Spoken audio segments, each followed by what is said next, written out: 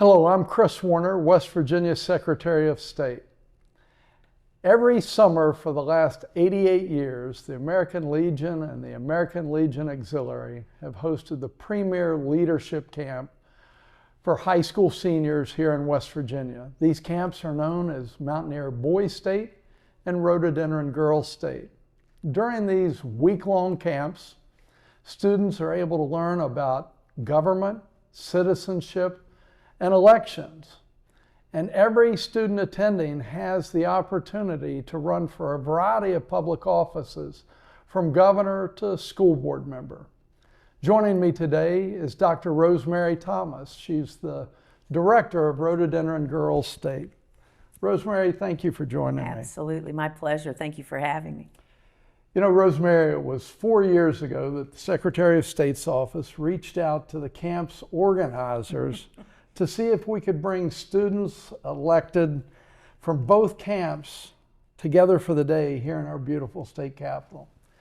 And I'm pleased to report that on June 12th, the Secretary of State's office was able to help host more than 100 students from Boys State and Girls State for the third straight year.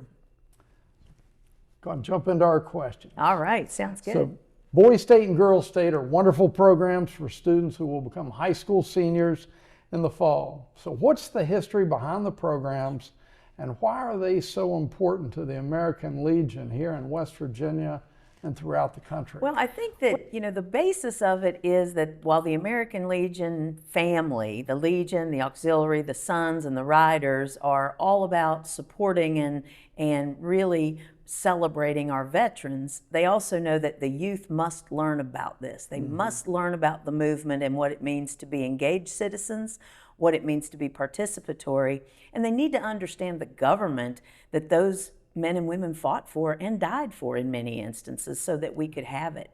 And I really believe that that is the foundation of it, is to understand that we truly are the home of the free because of the brave, and those brave men and women are the reason why. Yeah, seeing those gentlemen at Boys State with their hats on brought that home very clear. So if you wouldn't mind, for our viewers, explain where the camps are held and what do the campers do during the week-long experience? Absolutely. So Girls State and Boys State both started out at Jackson's Mill, and that was how it worked for many, many years. And Girls State sort of moved away from that, and we really didn't want to leave the mill, but it actually has worked out better in the past few decades that we can hold the programs concurrently because our speakers can go from one to the other instead of having back-to-back weeks. And so that is how it used to be. But now we are at Jackson's Mill for Boys State and Davis and Elkins College for Girls State. Somewhat ironic that Davis and Elkins are the senators, and so that seems to be an apropos place for it to be. And so what really happens is to create that understanding of government and to set up those mock government structures, not just at the Boys and Girls State level, but also in the counties and on the city level as well.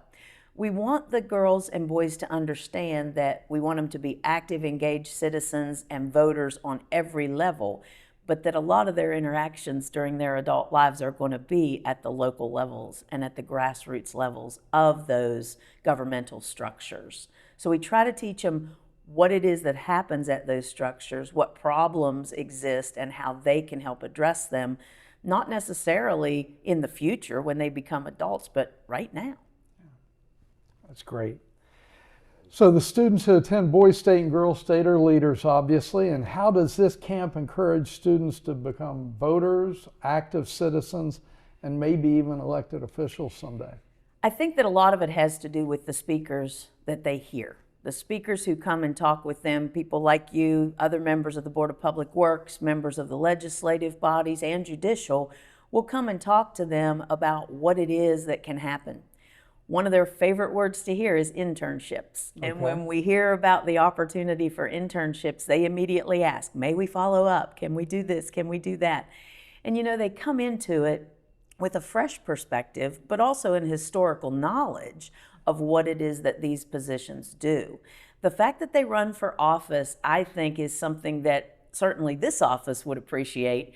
they decide what the campaign rules are before they even start. And I think that that's important. Where can their signs go? How far can they be from the polling places? How does it all work? What are the hours of the polling places? So we get into, I would say, the weeds a bit when it comes to the election process, because we want it to be fair and equitable. And I know that the boys do the same thing.